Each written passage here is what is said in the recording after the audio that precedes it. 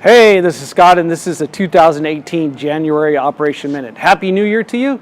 This month, I'm coming to you from the front of Fire Administration. It opened in 2008. It's 16,500 square feet, and currently working on a remodel for the first quarter of next year to the lobby area. Hey, Tim, what are you doing here? Yeah, Scott, Happy New Year. Hey, Tim, so you want to do my operational minute with me? So the hospital follow-up percentage rate for the month of December was 31%. That percentage is based on total patient transports. Please continue to make that right decision when following up and when it's appropriate. For the month of December, fire personnel met the turnout time of 1 minute and 30 seconds, 60% of the time. Again, we need to please continue to work on improving this percentage. This is one area the engine company can make a difference. Absolutely. What do you think, Tim? That turnout time is critical there. And so next couple weeks, we're going to be changing shifts. That's January 14th, 2018. Which shift you going to, Tim? I'll be on B, always on B. Got a great crew on B? Absolutely. Never even have to check the calendar anymore.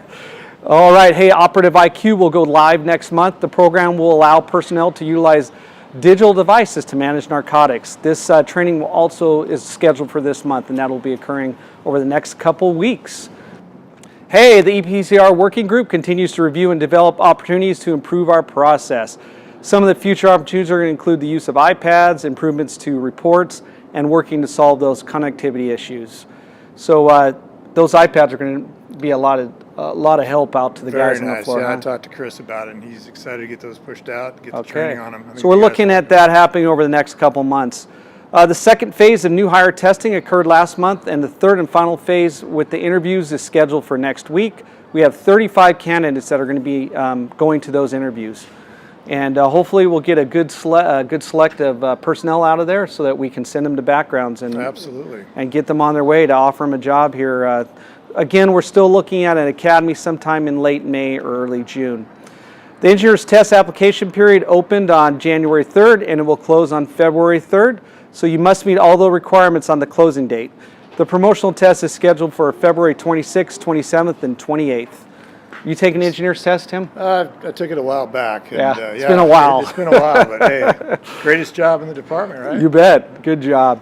Hey, always a reminder to continue to prepare for future opportunities, work with the training to open those task books, again, practice and develop a plan, and most important, seek a mentor. Do you have a mentor, Tim? Absolutely, yes. I've got several I'm working with. That's all right. And I'm always open for others. Yeah, some of the guys on the floor could probably mentor you, huh? Yeah, absolutely, absolutely. Hey, the Rosenbauer truck update, and I know that everybody's excited to hear this, but all the equipment from the truck was created back to the district, and it's here at the Carter Building, and the truck should be arriving this weekend. So we're hoping to expect that the truck will probably go in service in the first week in February. Good thoughts there, huh, Tim? Very excited, yeah. It's going to be nice. The guys are excited to get back on that new truck. And those repairs seem to have taken care of the issues? I hear, yeah. The guys are happy with it. So. All right. Standard to cover update. The district is working with the consultants to complete that draft document, and you should see a final document coming out around March. So good information that's starting to come out of that, and definitely we'll be sharing that in March. With the shift change on January 14th and limited dates, the captain's meetings are going to be pushed to February. Back on January 1st, we asked everybody to now use the bereavement leave request form. This new form has PDF fillable with drop-down menus. Just to clarify, there was some confusion. If you're on safety personnel, you got to submit that form to your battalion chief for approval. If you're non-safety, you submit that to your supervisor. So have you had to use that form yet, Tim? Very good. Yeah. We're just getting familiar with that, and we'll be authorizing those and approving them and making sure that everyone meets the... ISM inspections are scheduled for January 8th. Please follow Greg's directions to prepare for the upcoming inspections. You should see emails from him on what needs to be done. A reminder to limit access behind the stores at Crossroads Marketplace. Please do not drive any fire apparatus from the old Sports Chalet down to Bevmo. There's an issue with the stability of that area, and we've been told by experts that might not support the weight of fire apparatus. So really important. That could be a concern, obviously. Yeah. So hey, but just know that there's no limitations behind Costco or Lowe's. The first session of company fire inspections will be distributed on January 16th, 2018. Those complete inspections will be back due to community risk reduction on May 18th. Please remember to send all those complete inspections into CRR as you complete them. Hey, also of note, it's important to make sure you complete that business information sheet. That way it allows us to have updated, accurate information in the database. And you guys know how important that is, that we need to have that correct information in the database, especially when you're going out there at 2 in the morning. Oh, absolutely, absolutely. Hey, the civilian fire marshal position was approved by the board of directors at the December meeting, and an internal promotion is being conducted currently, and an interview for that will be on January 23rd, 2018. So we expect that position to be potentially in place sometime around the beginning of February. Oh, hey, next up is the tactical response agreement. Oh, is that agreement that we're going to be signing for mutual aid responses into Ontario, Rancho Cucamonga, anytime there's some type of tactical response requested? Exactly, Tim. Awesome. So we're working, we currently have the one signed with Rancho Cucamonga and working with Ontario currently, and those should be signed and in effect here in the next month or so. Hey, a reminder that you must review all Lexipol updates that come out. You'll get them in your email. It's important that you go on because that's going to reflect new SOPs. It's also going to reflect changes in current policies. So just remember to keep checking on the Lexipol. And I know, Scott, that guys are kind of overwhelmed a little bit because it seems like a lot of them have been pushed out in the last month or so.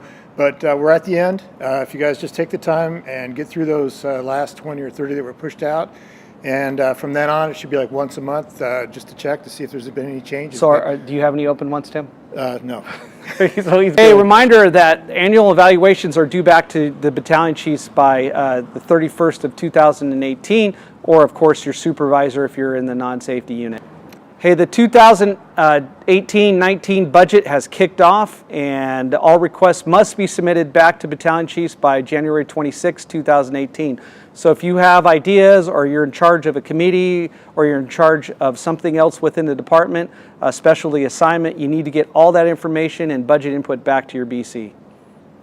Absolutely. We want to make sure we capture that information and get the most current numbers so we can push those into the 17-18 budget.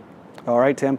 Hey, you can always access the past videos through Target Solutions, or you can log on to the YouTube channel. You can also go to the Operational Minute that's on the shared drive.